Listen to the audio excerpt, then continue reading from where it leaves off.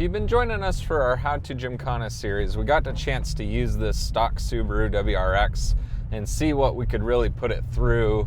If you've seen our last video, we installed an exhaust kit from them. Nameless sent us a handbrake kit. One of the things that a stock cable handbrake, you still have to push the button down and make sure that you hold this button in when you're using the handbrake. We're gonna head into the shop here, meet up with Christian, and see what it's gonna take to get this handbrake to work. So working with our friends at Nameless Performance, they came up with this handbrake, hydraulic handbrake system for this new Subaru WRX. They're actually still working on the design, so they 3D printed us the base here that Christian's gonna use to mock up and design what it has to take to get this to work, and they're working on getting us the final version that we'll use before we go back out and drive with it. But Christian, I'm gonna give this to you and we'll see how it's gonna get installed in the system and leave you to your thing. All right, we'll get it done. So if you guys like this type of content, interested in learning more from us, please like and subscribe. Add in any questions that you have in the comment section. Christian's gonna do a great job of walking you through step by step of what it takes to do this. So please, if you guys have your own install questions, let us know in the comment section and we'll let you get to it. So here we are in our brand new WRX, and we are going to be installing a dual master cylinder handbrake today. So what I'm going to do here is we're going to remove the factory handbrake. So this is cable operated, and we're going to be adding a hydraulic handbrake today. What we're going to start by doing is taking the shifter boot or shifter knob off. This will just unscrew off the top. Set that aside. The shifter boot will come up and around the reverse lever, and then you'll have to give it a fairly good pull up to get the clips released, and then this just ease the boot over, and then that's our first part. Second, we'll get this piece, and again, just light pressure on this, like that. For the handbrake lever, this is just a slid-on piece, so we'll wiggle back and forth until it comes right off. Okay, so then this will come off. There are some connectors on the bottom side of this for your lights. So we'll want to get this undone. There we go. So on this connector, you'll see there's a small detent. So you want to push this down and pull that out of this connector. Okay, so now we've gotten down to our handbrake. So we have 3 bolts that hold this handbrake onto the tunnel. So there are 2 that you can see fairly visually. The third one, you can't hardly see it. It's on the side of the tunnel. We might have to access that a little bit different afterwards. But we will want to disconnect the cable from the handbrake itself. So we will go ahead and take this 10mm nut off, completely off, and go from there. So for this job, we're going to use 10mm socket, 1/4 inch drive ratchet, and a 12mm flex head wrench. So we'll take the 3 bolts and loosen them on the handbrake. And this third one can be a little tricky, but with a little patience,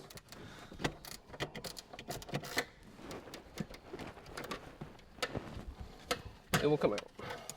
Okay, now that we've got those loosened, let's get our cable off. All right, so make sure you don't lose this nut. That'll be fairly important if you ever put it back together.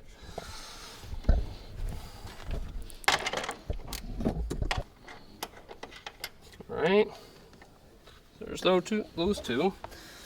Now this one is the fun one.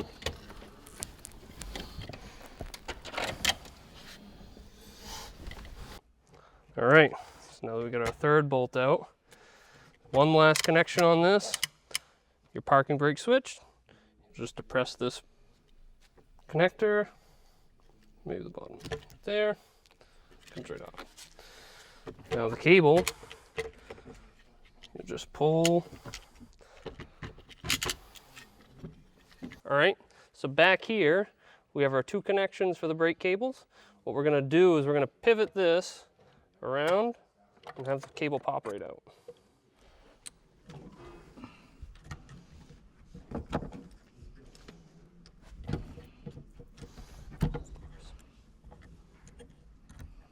Okay, and there.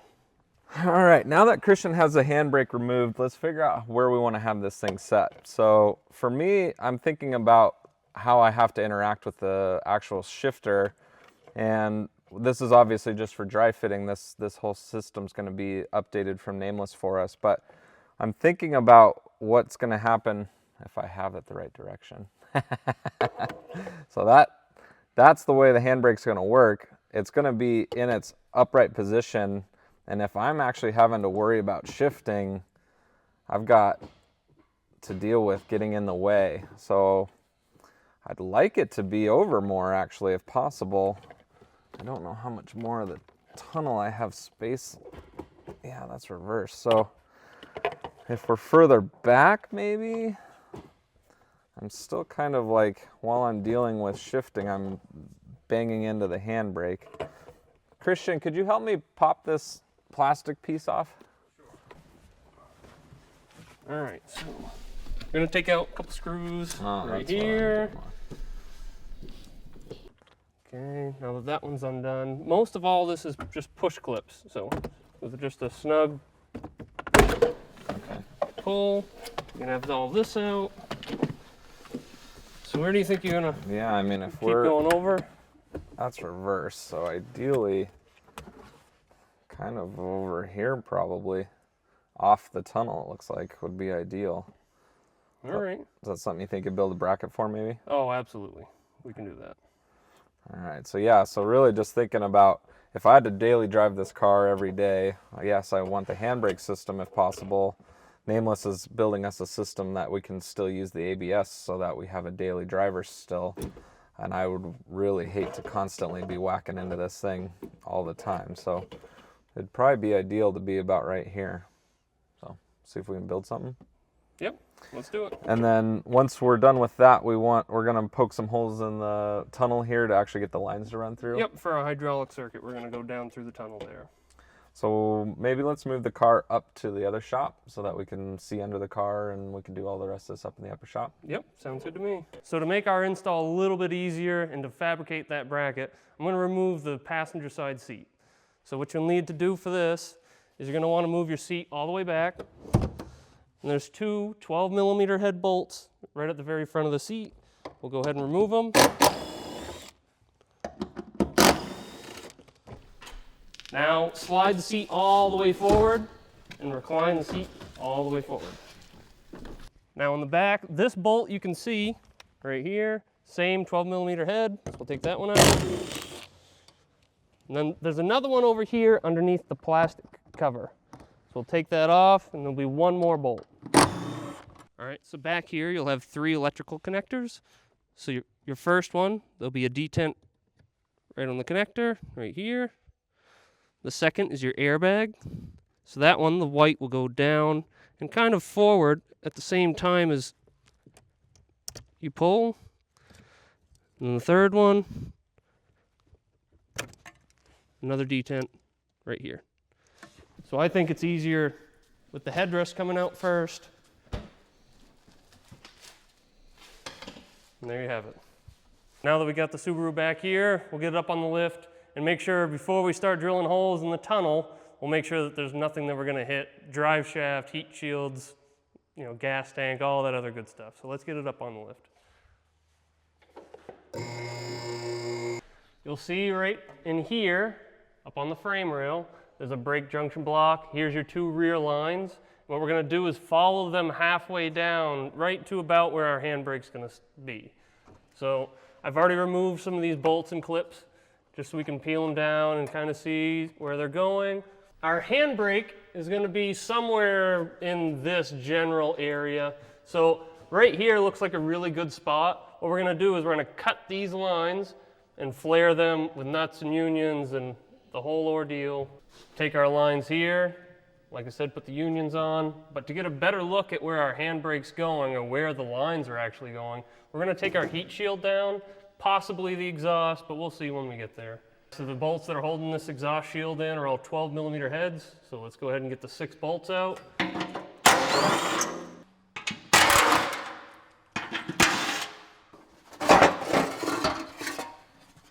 All right, now that we got our heat shield off, what we're gonna wanna do is we'll drill 4 3/8 holes right here.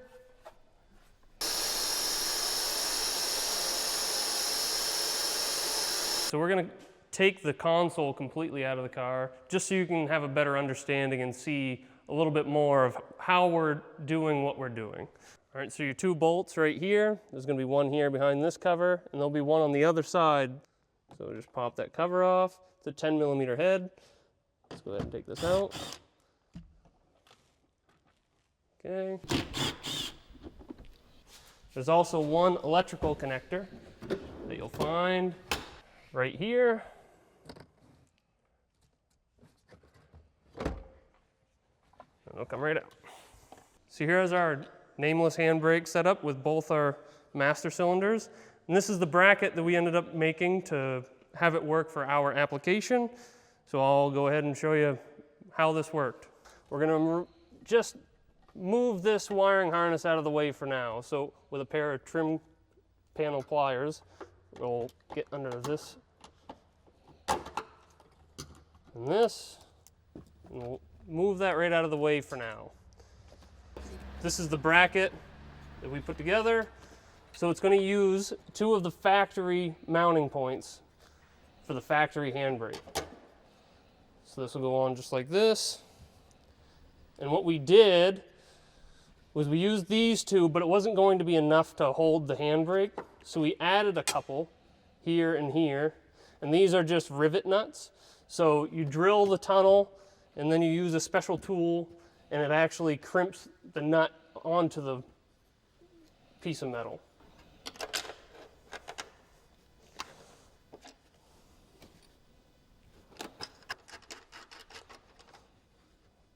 So what we're going to do is we're going to put these 3 bolts in first, this one and this one using the factory holes, and this one with the riv nut that we installed. So let's go ahead and tighten those down.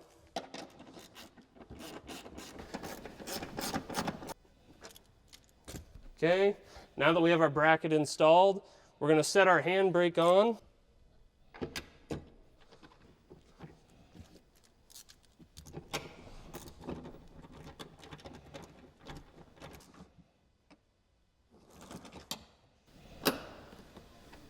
The handbrake is mounted and it's mounted extremely well. So you're not going to worry about pulling that one out of the tunnel.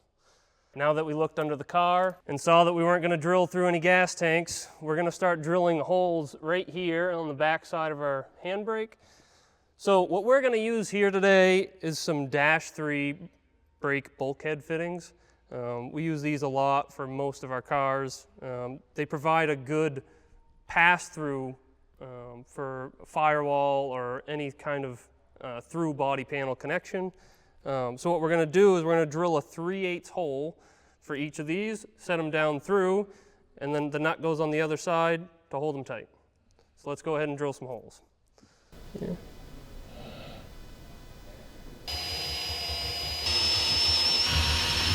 All right, Christian, where are we at, buddy? All right, so we got the holes drilled in the floor. Now we're just ready to put our brake fittings in. Okay, awesome. Do you need some help? So that's what I came here to ask. So if you want to hop in. Okay. Got some nuts. Oh yeah, look at those. All right, okay. So I'm going to put you up in the air on the lift. I'm going to stick these fittings up through the tunnel, and what I want you to do is just tighten them down. Okay, hand tight. Nope, I got a wrench there for you. I'm going to hold them in the location I want, you know, because if you try tightening, it's just going to keep turning. So I'm going to stay down there, okay. Hold this where I want it to. You can tighten it up, and we'll go one at a time. All right, get it done. Lift me up to the moon. Alrighty.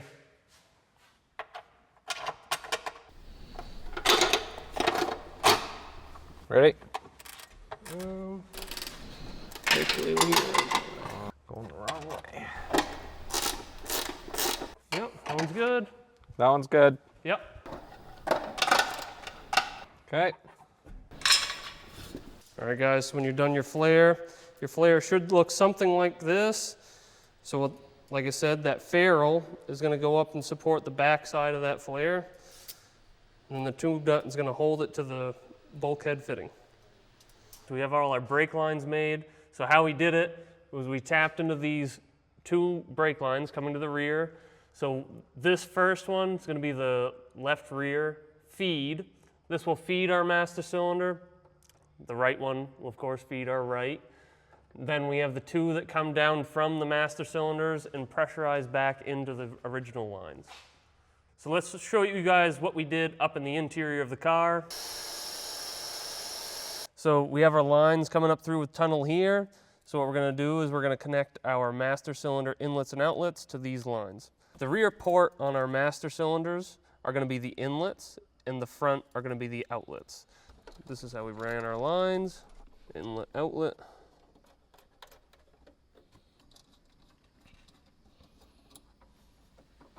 All right, so the purpose of our handbrake here, what it's going to do is our fluid inlet is going to come from our master cylinder up front, the original. And what the handbrake does is when you pull this, it pushes the pistons through the master cylinder and pressurizes this outlet line that'll go to the rear brakes. So let's go top off our master cylinder up front with brake fluid, and we'll start bleeding the rear brakes.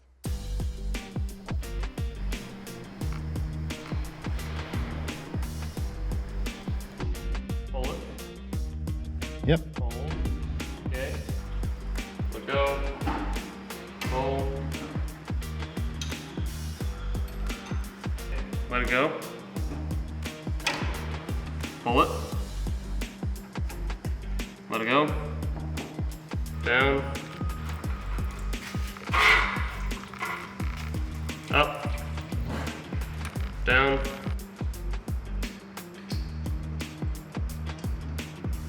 So this is our finished product. This is kind of how we thought it would be most ergonomical as far as handbrake, shifter. It takes up a little bit more than what we were hoping, but I think it'll work well for what we're trying to do. Thanks for watching, guys. Awesome. Thank you, Christian, for getting this handbrake done for us. We're super excited to finally get a chance to use it. I'm definitely excited about the placement and everything that we did with putting it here. We brought the car back down to Canaan at the racetrack, and so this will be my first chance to actually pull this thing and see how I like it. But yeah, so for us, ultimately, definitely a little bit more labor-intensive type of work than the exhaust system. Nameless, I think, did an amazing job with the setups. All right, let's try a handbrake turn.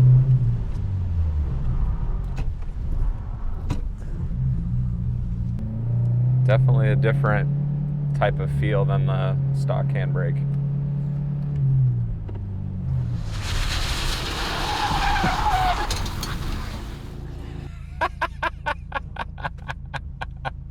All right, so more speed, more speed. You got to remember to push the clutch in, and when you pull that handbrake, it does its job. So let's try to actually get a good one now this time. I think I got a little scared on that one. Clutch and handbrake. There we go. I think I'm just pulling the handbrake too hard because I want that massive maneuver, that massive Ken block slide. I need to be more precise.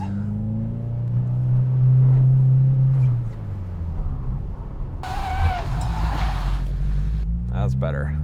Need some more speed. Like Wyatt, Ken, everybody, we always need a little bit more speed. Come in hot, clutch in, handbrake turn in, off the brakes, on the gas. Oh, I cannot wait to give this thing a shot in the rest of our Gymkhana series here. Follow us along for that if you guys like that type of content, and look forward to seeing some new stuff from us soon. Thanks. Hope you guys like this type of content. Obviously, none of this could be possible without the legacy of Ken Block. Since his passing, his family and friends put together the 43 Institute, which is an amazing foundation to support creative, motorsport people, anyone trying to live their dreams through the eyes of Ken Block. If you have the time or money, please go and support 43i.org, and we look forward to seeing you guys out there, and thank you.